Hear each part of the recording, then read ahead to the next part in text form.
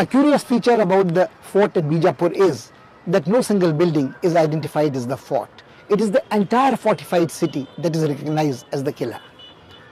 The city is protected by a thick rampart. The walls run around a circumference of about 10 kilometers. Only 5 gates provide entry to the city, and these are in turn protected by large cannons placed on more than 96 towers. Another interesting feature about Bijapur fort is that it is not built at a height unlike other forts in India, but is at the ground level with the surrounding countryside. And perhaps this is the reason it was considered it necessary to fortify the whole city and treat it like a fort.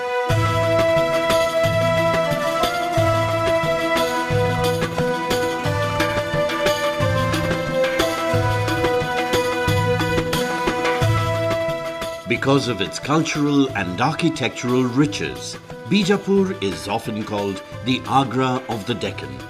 It is in the state of Karnataka, about 450 kilometers away from Hyderabad.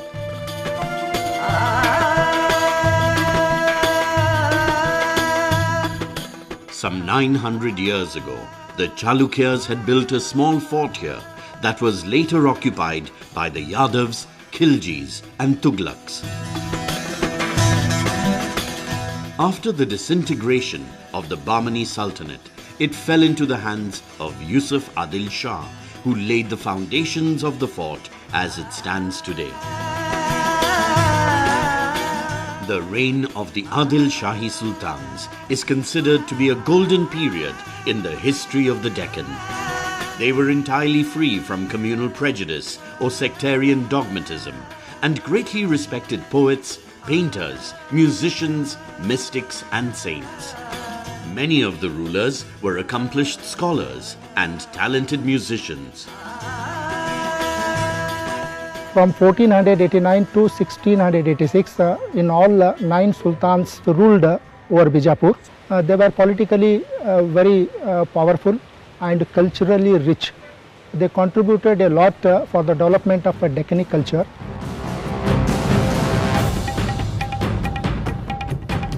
The fortified wall that guards the city covers a circumference of about 10 kilometers with 6 gates allowing entry. Roads lead from these gates to the main citadel built in the heart of the city.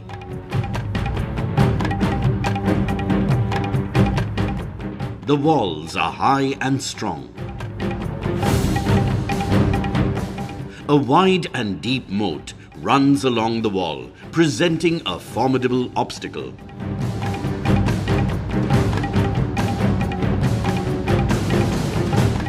"120 bastions we have in Bijapur. 120 big guns were there over those bastions. Particular area or a particular length of a fort or wall or bastions, some bastions were entrusted for the construction to a particular noble. As per his strength, as per his wealth, and because of his resources, he had constructed. Because of this reason, different types of the designs in different bastions, even fort wall, you will find in Bijapur. It is not a uniform fort.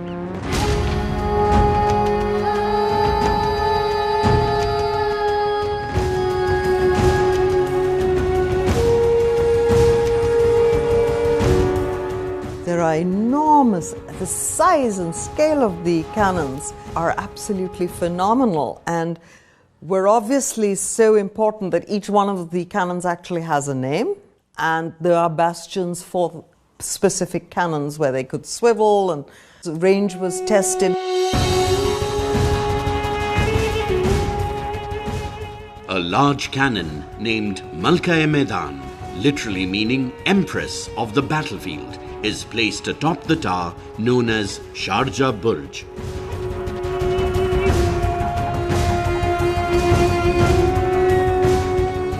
This cannon was used in the Battle of Talaikota that ended in the decisive defeat of the Vijayanagar Empire.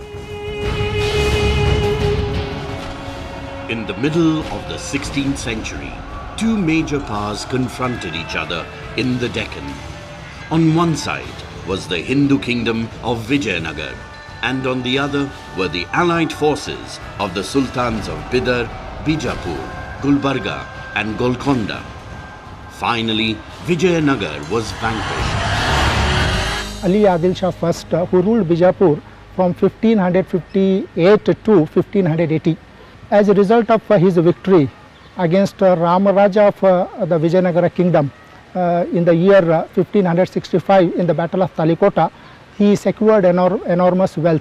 Plenty of wealth came to Bijapur kingdom. Because of this reason, he took two giant projects in Bijapur, one construction of a Jamia mosque and another construction of a big fort.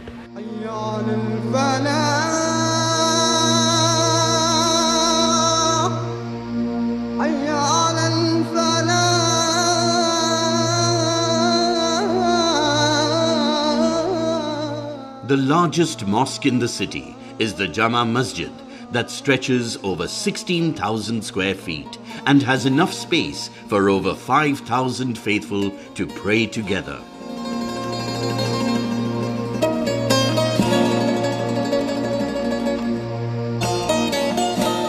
The high dome of the mosque has a beautifully decorated arch.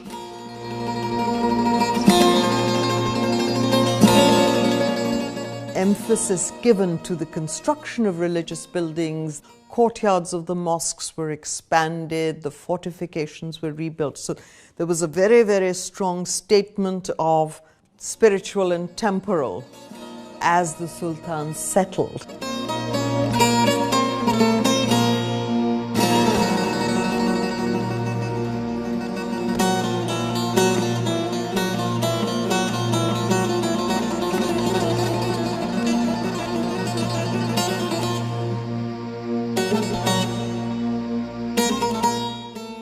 Rows of ornate pillars separate the courtyard of the mosque from the gallery.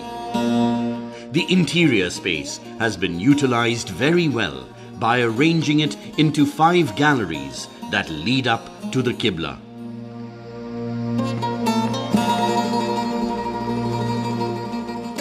The mosque was decorated with gold paint in the 17th century during the reign of Sultan Muhammad Adil Shah.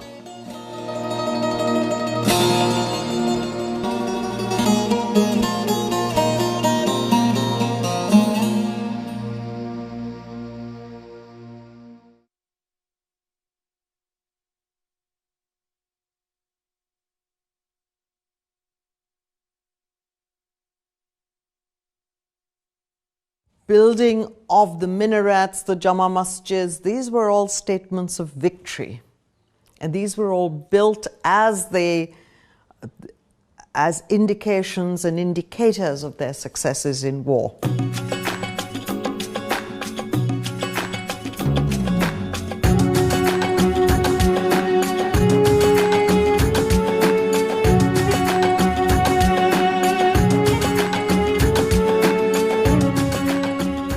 Ali Adil Shah I commissioned the Gagan Mahal to commemorate the victory of Talaikota.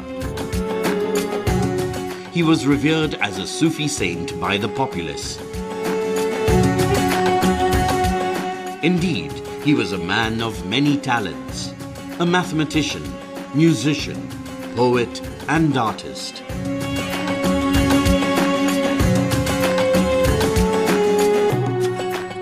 There is a large hall to the rear, but it lies in ruins today. Adil शाही हुक्मरानों ने यहाँ की तहजीब व तमद्दुन के लिए बाहर से उलमाए कराम को, आर्किटेक्ट्स को और फ़न तामीर के फ़नकारों को बुलाया और इस शहर को एक आलमी हैसियत से उसे बनाया।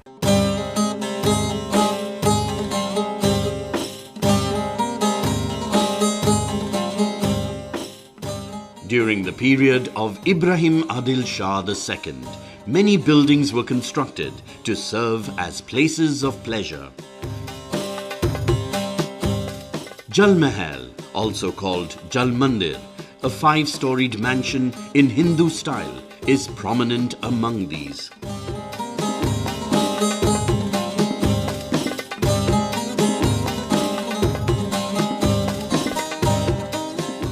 Sat Manzil was built according to the command of Ibrahim II to sport with his beloved Rambha, And though only 5 of the original 7 stories towering over 30 meters high survive, there remains bear ample testimony to the taste of the Sultan, who had the interiors painted in gold.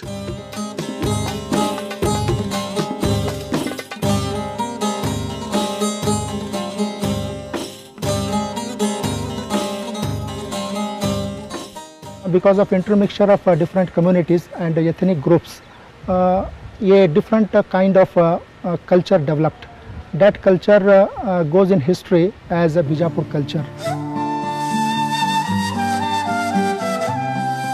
The Deccani painting style evolved between the 14th and 15th centuries.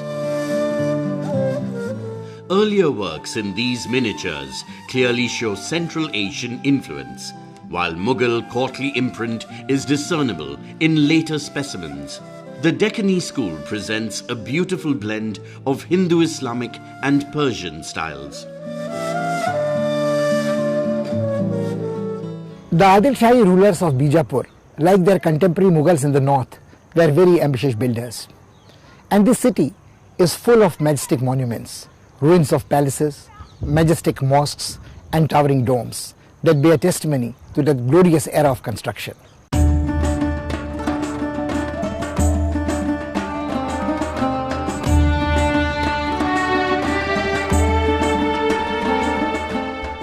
Work on Ibrahim Roza was started by the Sultan as a mausoleum for his wife Begum Taj Sultana.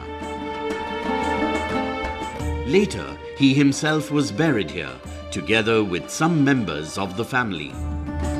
This is the reason why it is known by his name.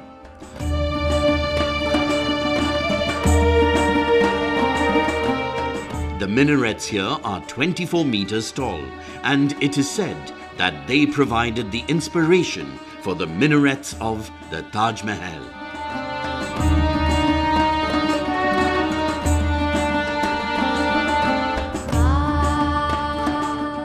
This building is considered to be an excellent example of Turco-Ottoman architecture.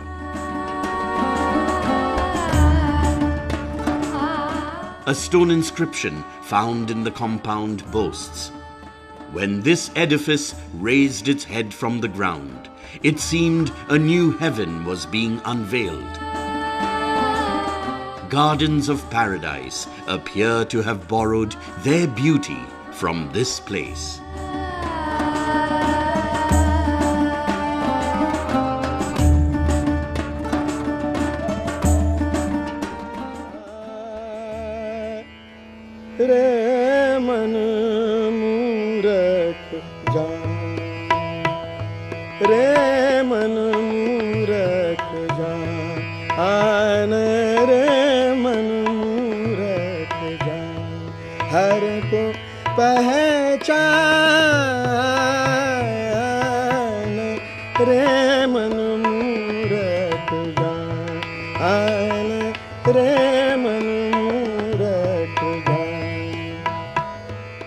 The mosque is an integral part of Ibrahim Roza. Ibrahim II was an accomplished musician, worshipper of Ganesh, and was bestowed with the title of Jagat Guru in recognition of his philosophical scholarship and Sufi mystic pursuits.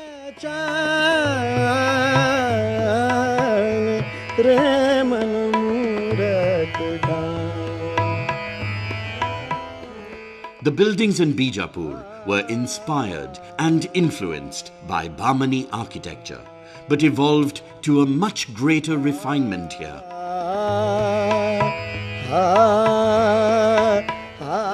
The onion-shaped domes here appear to be emerging out of lotus flowers.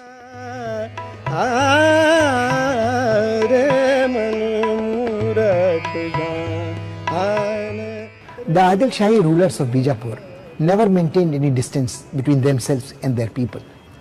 They adopted the local language, the costume and cuisine, they intermarried with the local people and encouraged the use of Marathi in the courts. Relatively better protected from invaders than their contemporaries in the north, they could patronize generously art, literature and music. Many of them were themselves very talented people. For instance, Ibrahim Adil Shah II, who composed poems and composed an anthology called Kitab-e-Navras. He also underwent systematic training in the Drupad style of singing. Some were disciples of Sufi saints, and they could very easily encourage the evolution of a culture here in Deccan that is a priceless heritage of all Indians.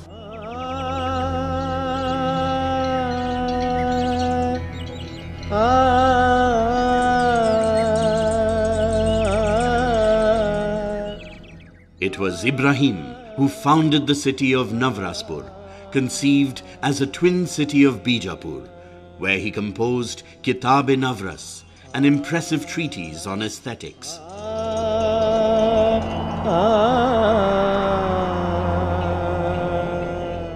The settlement was destroyed brutally when Malik Ambar invaded it, and only ruins remain to tell the tale of this remarkable flight of fancy of a sovereign who dreamt of a river of music bathing his subjects every moment of their lives.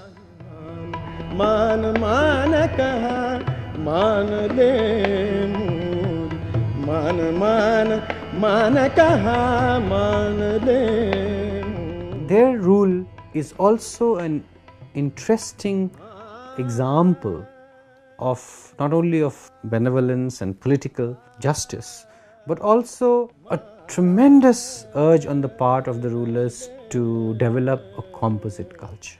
The Adil Shahis of Bijapur represented a very interesting character of India's cosmopolitan history.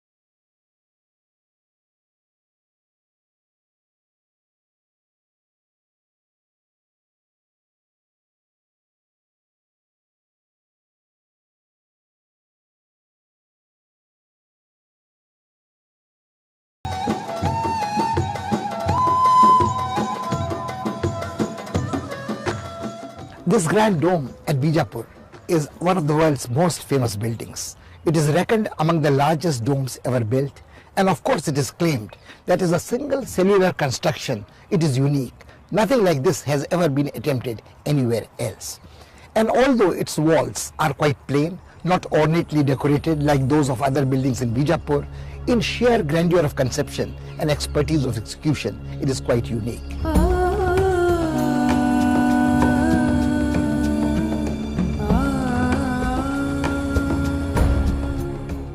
Work on the Gol Gumbad was started by Muhammad Shah, the successor of Ibrahim II, who was aware that to match the Ibrahim Roza was not an easy task. He decided to concentrate on grandeur.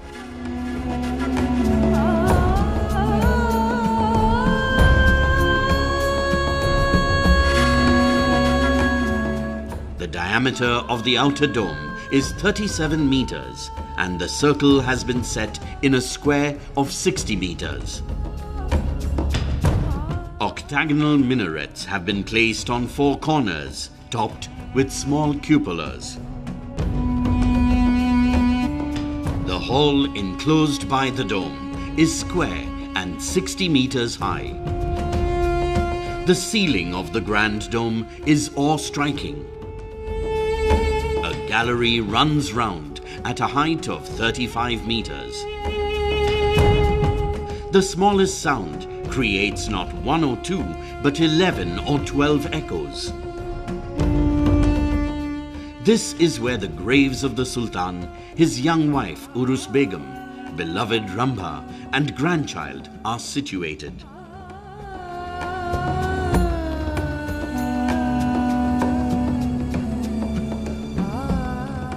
A kind of a very strong physical symbol of what would happen to human existence anyway.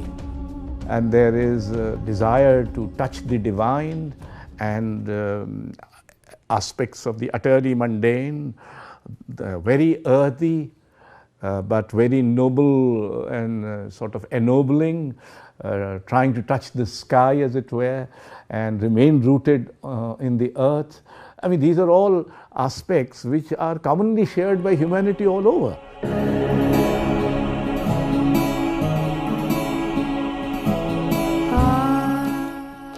Ali Adil Shah was a talented poet and a generous patron of artists. He had designed an elegant mausoleum for himself that couldn't be completed in his lifetime.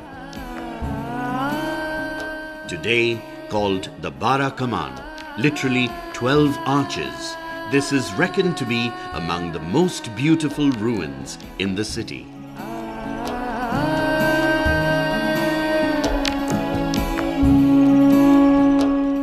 It was really their consolidated wealth that attracted the Mughals. Although Akbar did not move as far as destabilizing the Deccan Sultanates, it was Aurangzeb who sought to consolidate the Deccan, finally demolished the Deccan Sultanate. The pressure of the Mughal armies on the Deccan became unbearable by the 17th century. Aurangzeb's campaigns had started in his father's lifetime. This was the time when Bijapur had to face harrowing raids by the Marathas. Its power and prosperity declined sharply.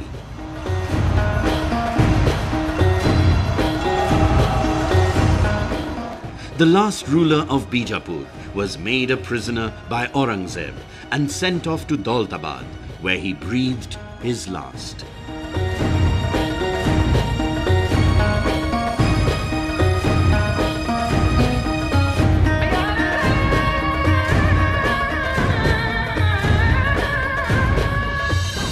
ऐसा शहर था, एक बहुत खूबसूरत शहर बीजापुर। हमारे बाप दादाओं जो बोलते थे उस दौर में बोलते आए हैं, इतना खूबसूरत है कि कुछ पूछो मत। जैसा कि हमारे अरबस्तान में हमारे उस जमाने में दादाओं ने जैसा मदीने को पसंद करते थे, वैसा बीजापुर में हमारे वली अल्लाह जो बीजापुर को पसंद करते थे। आज मुल्क जो नहीं रहा है, बीजापुर शहर वैसा नहीं रहा है आज। ये बीजापुर की पूरी खूबसूरती चली गई अभी।